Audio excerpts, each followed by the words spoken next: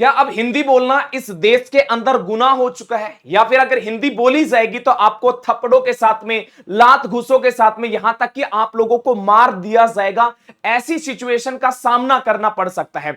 जो लोग प्रवासी होते हैं बिहार से, उत्तर प्रदेश, राजस्थान, हरियाणा, अगर ये लोग काम के सिलसिले में अगर उन स्टेट के अंदर जाते हैं, चाहे वो महाराष्ट्र हो, तमिलनाडु हो, कर्नाटका हो, केरला हो, वहां पे लोगों को मार दिया जाता है, प्रताड़ित किया जाता है। वहां पे उनको खाने के अंदर इतनी प्रकार की किल्लतों का सामना करना पड़ता है कि लोग बेबसी के साथ में जो है वापस अपने स्टेट में लौट के आना पड़ता है। क्या अब इस हिंदुस्तान के अंदर हिंदी बोलना इतना बड़ा गुनाह हो चुका है कि हर जगह बस हिंदी का विरोध ही है?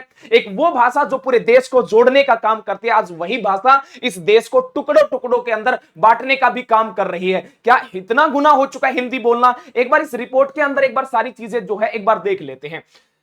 स्कूल में पहली से तीसरी कक्षा तक हिंदी भाषा सिखाने के महाराष्ट्र सरकार के फैसले पर विरोध ने देखते ही देखते आंदोलन का रूप ले लिया। क्या इतनी बड़ी चीज होगी? क्या हिंदी सिखाने के ऊपर महा आंदोलन हो जाते हैं? लोग सड़कों पर उतर जाते हैं और कहते हैं नहीं, अगर महाराष्ट्र में रहना है तो यहां पे हिंदी नहीं मराठी बोलना आना चाहिए, मराठी आएगी तभी आप महाराष्ट्र में रहो। क्या वहां का जो रोजगार है या फिर जो हिंदी सिनेमा है उसको तो नॉर्थ वाले लोग भी देखते हैं, सबसे ज्यादा नॉर्थ वाले ही लोग देखते हैं, तो क्या वहां पे ऐसी चीजों का भी फिर बाइकआउट होना चाहिए? क्योंकि हिंदी बोलना तो गुनाह है, आंदोलन हो जाते हैं। महाराष्ट्र के सीएम कहते हैं कि मैं बहुत स्पष्ट शब्दों में बताना चाहता हूं कि महाराष्ट्र में मराठी भाषा का अभिमान रखना कोई गलत बात नहीं है, वास्तविकता में कोई गलत बात नहीं है। क्या हिंदी भाषा को अपमानित करना क्या यह सही बात है? किसी क्षेत्र की पर्टिकुलर भाषा हो सकती है, हर एक भाषा एक व्यक्ति का मान सम्मान होता है। क्या दूसरी भाषा अगर हिंदी भी अगर कोई लोग बोलते हैं क्या उसको मारा जाएगा? और ये कहते हैं कि भारत की किसी भी भाषा के साथ इस प्रकार के अन्याय को सहन नहीं किया जा सकता। हालांकि जो है वहां के जो लोग हैं, वहां के कार्यकर्ता जो है, वहां के जो पार्टियां हैं, पॉलिटिशियन जो है, उनके द्वारा ही ये प्रोपोगेंडा जो किया जा रहा है, जो कि अब धीरे से जो है एक नेशनल लेवल की क्रांति बन चुका है। पूरे स्टेट के अंदर हंगामा हो चुका है कि मराठी नहीं बोलने पर जो फूड स्टॉल के जो मालिक थे उसको मारा था थप्पड़, हिरासत में लिया गया मनसे नेता को। अब एक चीज बताओ, क्या जिस व्यक्ति को थप्पड़ मारा गया है इसको मराठी नहीं आती थी, ये हिंदी बोलने वाला व्यक्ति था? क्या ये किसी का पिता नहीं था, किसी का बेटा नहीं था, किसी का भाई नहीं था?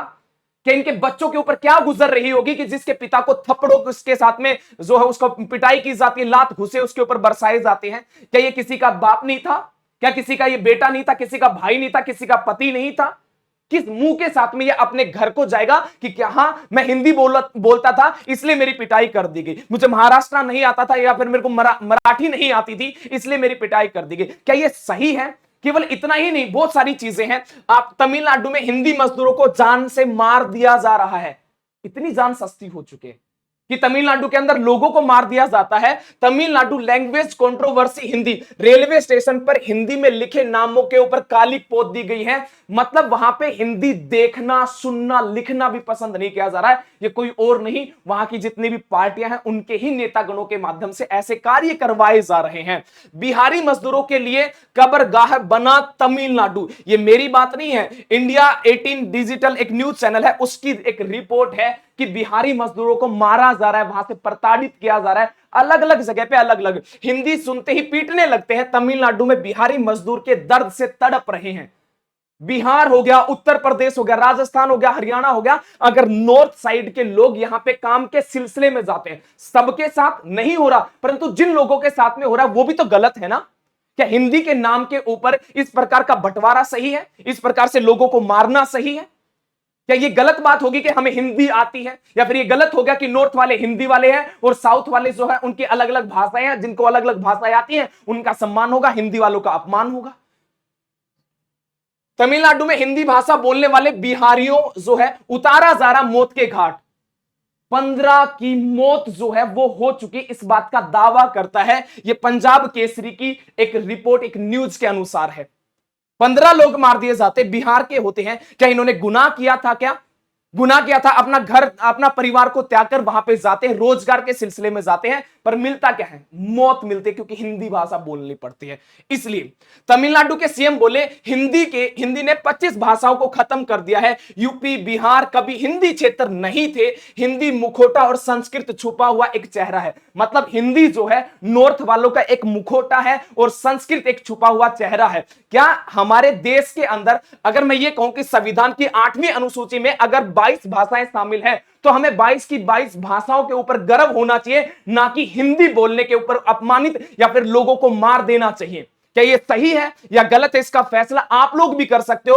अगर मैं महाराष्ट्र की बातें करूं तो हिंदी सिनेमा एक वो सिनेमा, बहुत बड़ा सिनेमा है जो कि हिंदी मूवियां बनाकर ही अपने आप में प्रसिद्ध हुआ है। चाहे वो नेशनल लेवल की बातें कर लो, इंटरनेशनल की बातें कर लो। जब बात रोजगार की आती है तो रोजगार के ऊपर पैसे की बातें आती, बिजनेस की बातें आती है, तब हिंदी के ऊपर बात नहीं आती, तब आती पैसे के ऊपर। परंतु जब हिंदी बोलने की बातें आती है या फिर मराठी की बातें आती है, कन्नड़ की, तमिल की बातें आती है, तो केवल हिंदी लोगों को ही मार दिया जाता है। क्या ये सही है? आप लोग भी अपना फैसला जो बता सकते हैं, क्या ये सही है या फिर क्या ये गलत है। सभी लोगों के साथ नहीं हो रहा, परंतु जिन लोगों के साथ हो रहा है, जिन लोगों को मार दिया गया, वो तो गलत है ना। वो किसी के भाई नहीं थे क्या? किसी के पिता नहीं थे क्या? किसी का बेटा नहीं था क्या? अगर आपके साथ में ऐसा होता तो आपका क्या विचार होता? कमेंट बॉक्स में आप अपनी जो है चीजें साझा जरूर करना। आज के लिए इतना ही। जय हिंद, जय भारत।